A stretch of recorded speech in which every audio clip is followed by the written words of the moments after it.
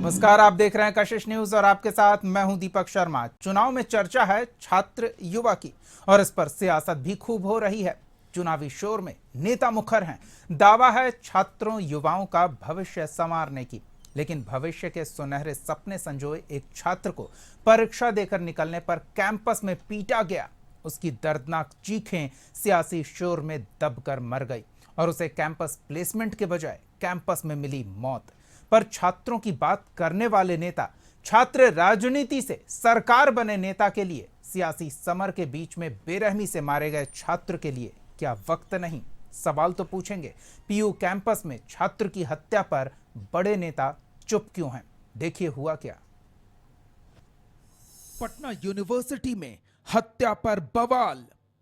University प्रशासन को, proctor को, वीसी को, सर कुछ व्यवस्था कराइए, पुलिस प्रोटेक्शन दीजिए। तो पुलिस प्रोटेक्शन छात्रों को केस करने के लिए दे दीजिएगा, छात्रों को जेल भिजवा दीजिएगा। छात्रों को जान बचाने के लिए नहीं है विश्वविद्यालय प्रशासन। सड़क जाम कर छात्रों ने किया हंगामा। मार मार करके, लाठी डंडों से पीट करके हत्या कर दी गई है। ये पटना विश्वविद्यालय, ये प्रशासन, ये वीसी, ये सरकार के ऊपर काला धब्बा है, ये काला अध्याय है। कैंपस की सुरक्षा पर फिर उठ रहे सवाल।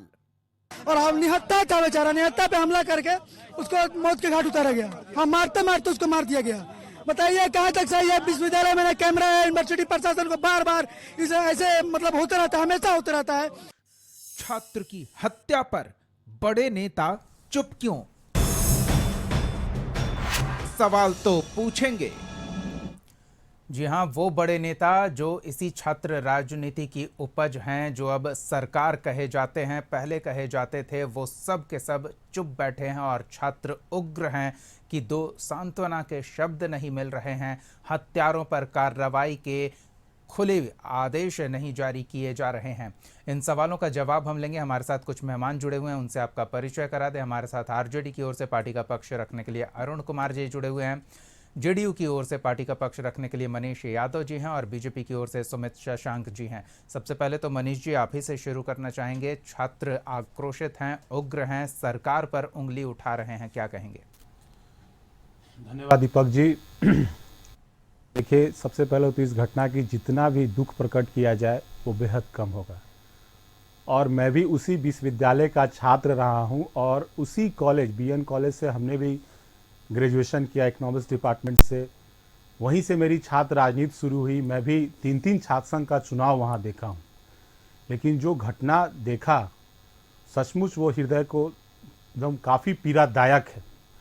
लेकिन मैं आपके माध्यम से ये बता देना चाहता हूं और ये कह देना चाहता हूं, ये बिहार में आदरणीय नीतीश कुमार जी के नेतृत्व में सरकार है। इसमें जो भी लोग होंगे, चाहे वो जमीन में छिपे हों, किसी ग्रह में हो, कहीं भी छुपे होंगे, वो बख्शे नहीं जाएंगे। मैं आपके चैनल के माध्यम से उन लोगों को ये बताना चाहता हूं।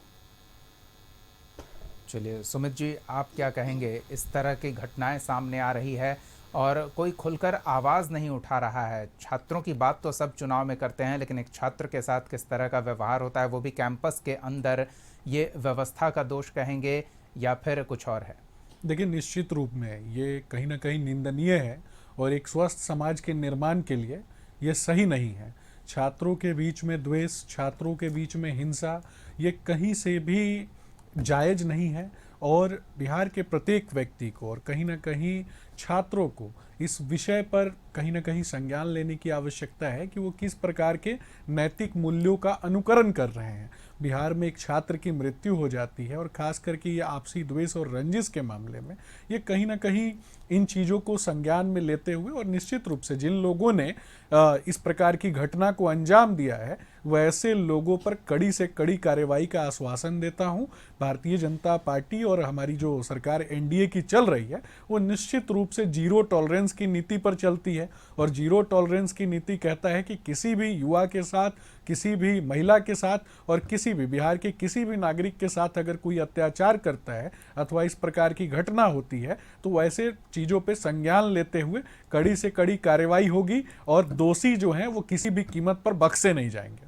चलिए, हम अपने दर्शकों को ये जानकारी देते हुए अरुण जी के पास चलेंगे उनकी प्रतिक्रिया के लिए कि एक युवक को गिरफ्तार किया है पुलिस ने और आगे की जांच पड़ताल की जा रही है। अरुण जी, क्या कहेंगे?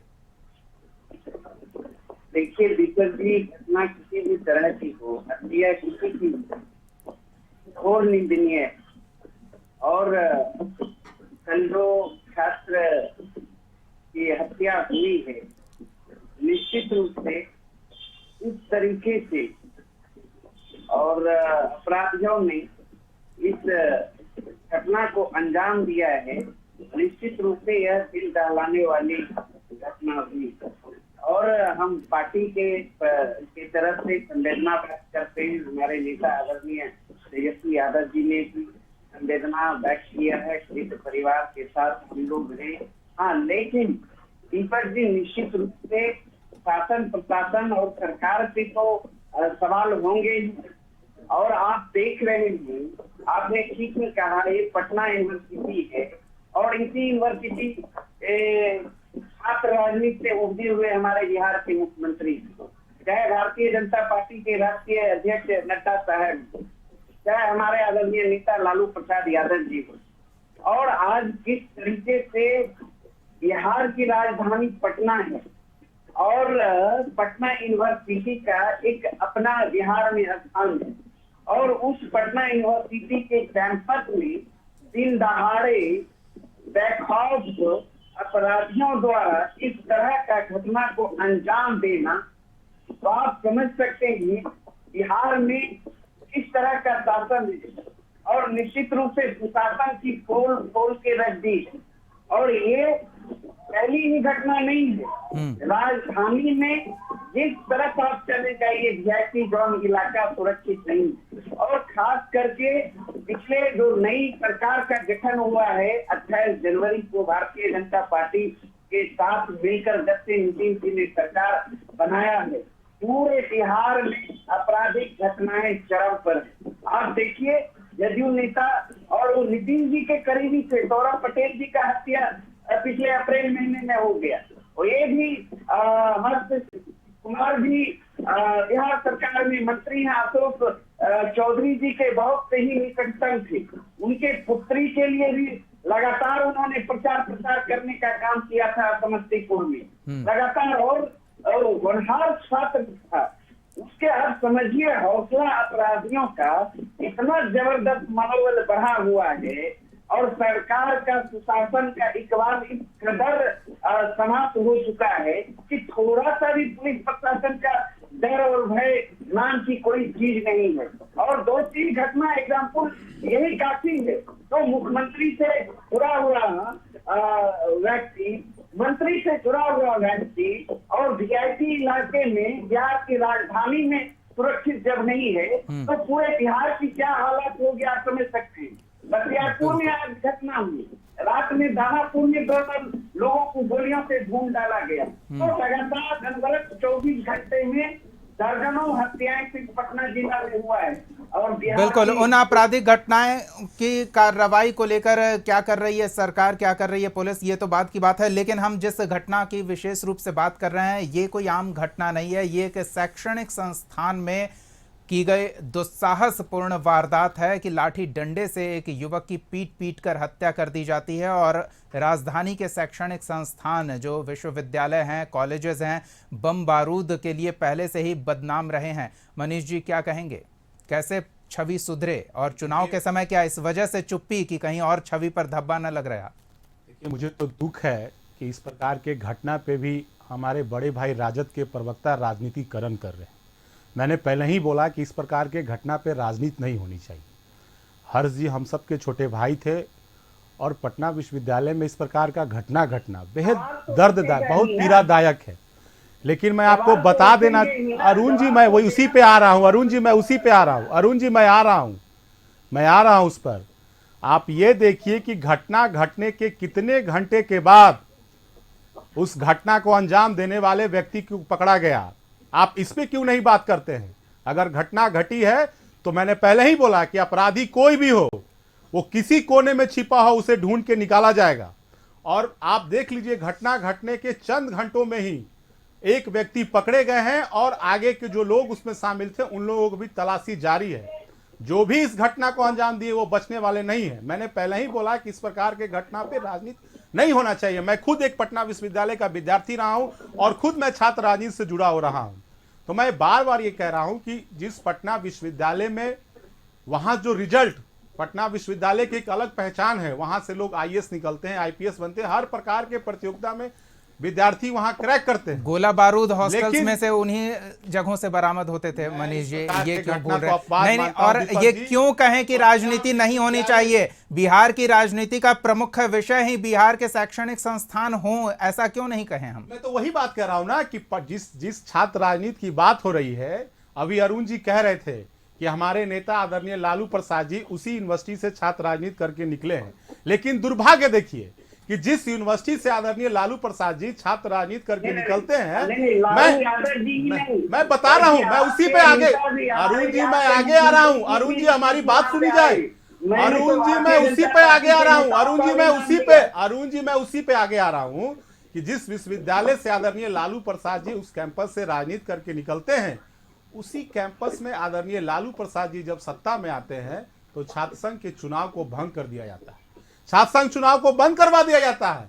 लेकिन हमारे नेता आदरणीय नीतीश कुमार जी, मैं आ रहा हूं अरुण जी, मैं आ रहा हूं, मैं उसी बात पर आ रहा हूं जो आपने जो छात्र राजनीति, मैं उसी बात पर आ रहा हूं अरुण भैया, मैं उसी पर आ रहा हूं, हमारी बात को पूरी सुने जाए।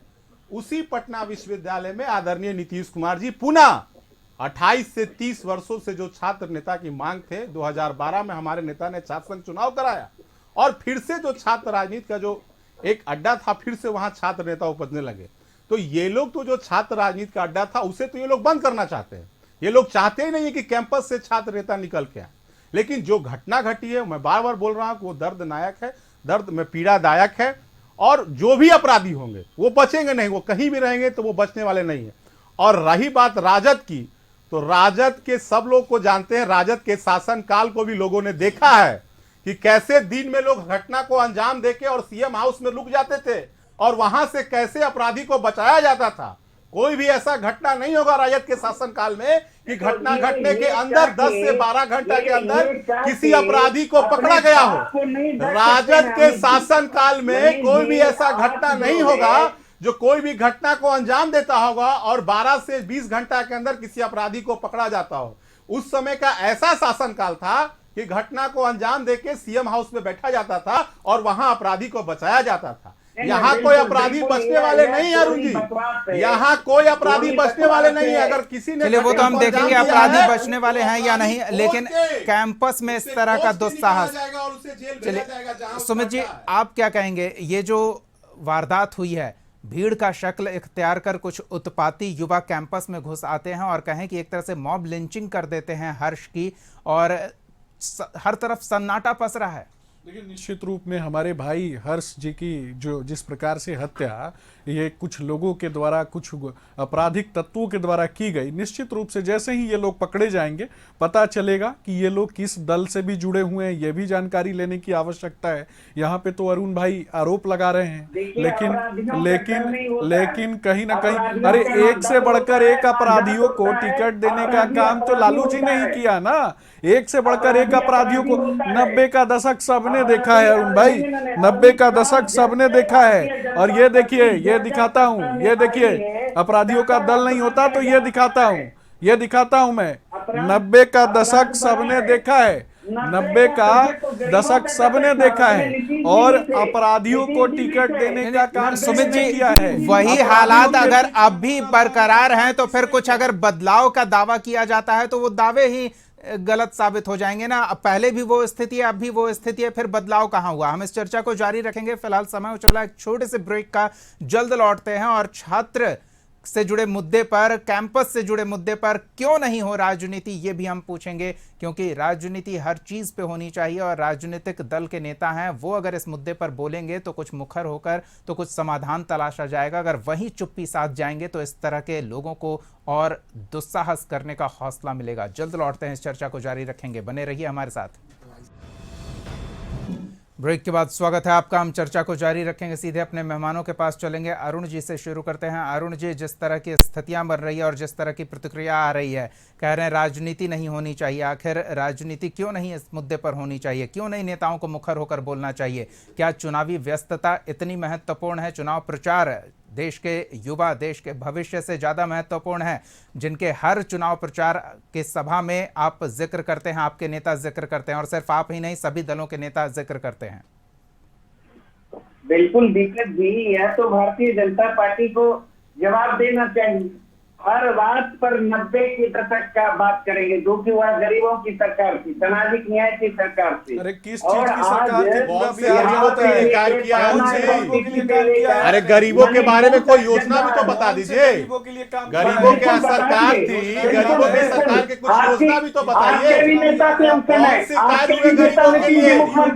गरीबों के लिए कौन से कार्य हुए ये तो बताइए ना। लुटेरों की सरकार। बताएंगे, बिल्कुल आप बताइए तो गरीबों के लिए कौन से कार्य हुए? गरीबों के लिए काम। आप 5 काम तो बताइए गरीबों के लिए। बिल्कुल अभी आपको, क्योंकि आप तो भाजपा के गोद में बैठे हुए मैं गोद में नहीं हूँ, आप गोद में हैं। आपके नेता आदरणीय लालू प्रसाद जी की, आदरणीय लालू प्रसाद जी के जिस दल के खिलाफ राजनीतिक उत्पत्ति होती है, ऐसे अपराधियों को टिकट देने का काम किया, गुंडों को टिकट देने का समय का काम किया, इंतजार करिए। बलात्कारियों को टिकट देने का काम समय किया। का इंतजार चलिए करिए। एक बार सुन लेते हैं अरुण जी को। भाजपा के साथी से भी है, बेचैनी मत का होइए, आरक्षण छीना। बेचैन ज्यादा मत होइए ना। अरुण जी, सुन तो लीजिए। अरुण जी वही मैं बता रहा हूँ। आपने कहा अरुण जी, हमारे बेचैनी नेता के आपको बारे है। में, आपके नेता आदरणीय लालू प्रसाद जी का जिस दल के खिलाफ राजनीतिक उत्पत्ति हुई, आज उन्हीं के गोद में बैठे हुए हैं, और आप हमें कह रहे हैं गोद में बैठे हुए हैं। अरे आपके कौन नेता कहाँ किनके है? खिलाफ, किनके हमारे- खिलाफ राजनीतिक उत्पत्ति हुई? यार ये तो चार आप नहीं, क्यों नहीं, नहीं बताते हैं? आपके नेता आदरणीय लालू मनीष जी, प्रसाद मनीष जी, सुमित जी, अरुण जी, आप ये क्यों नहीं अरुण जी, भैंसों का ठीक है। मनीष जी, सुमित जी, हम आज यही विषय पर, सुमित जी, हम इसी विषय पर चर्चा कर रहे हैं कि आखिर ये चुनाव का शोर इतना तेज क्यों हो गया कि एक युवा की चीख उसमें घुटकर मर गई। क्या उस युवा की चीख किसी ने नहीं सुनी? क्या उसके लिए 2 शब्द बोलने के लिए किसी के पास समय नहीं था? ये चुनावी व्यस्तता इतनी महत्वपूर्ण हो गई है। आप एक एक करके हम प्रतिक्रिया लेंगे। अरुण जी। जी हेलो जी बोलिए। देखिए दीपक जी, इन लोगों में सुनने की क्षमता नहीं, इनको जवाब देना चाहिए। बिहार की जनता को, पटना यूनिवर्सिटी के छात्रों को। आप भी तो और एक बार सुन लेते हैं देख रहे सुमित जी, एक हैं। बार सुन लेते हैं क्या कहना चाह रहे हैं ये। जी अरुण जी बोलिए।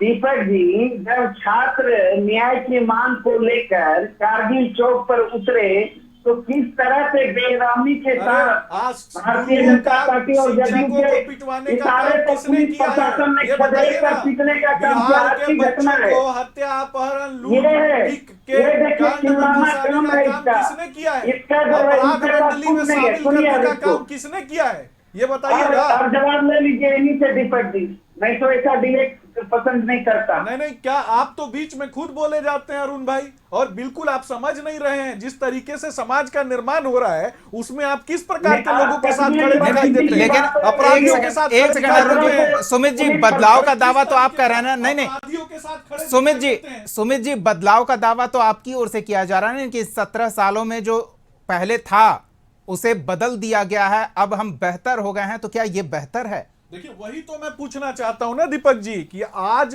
भारतीय जनता पार्टी और एनडीए से जुड़ा हुआ एक युवा छात्र नेता को क्यों मारा, ये भी तो बताएंगे ना।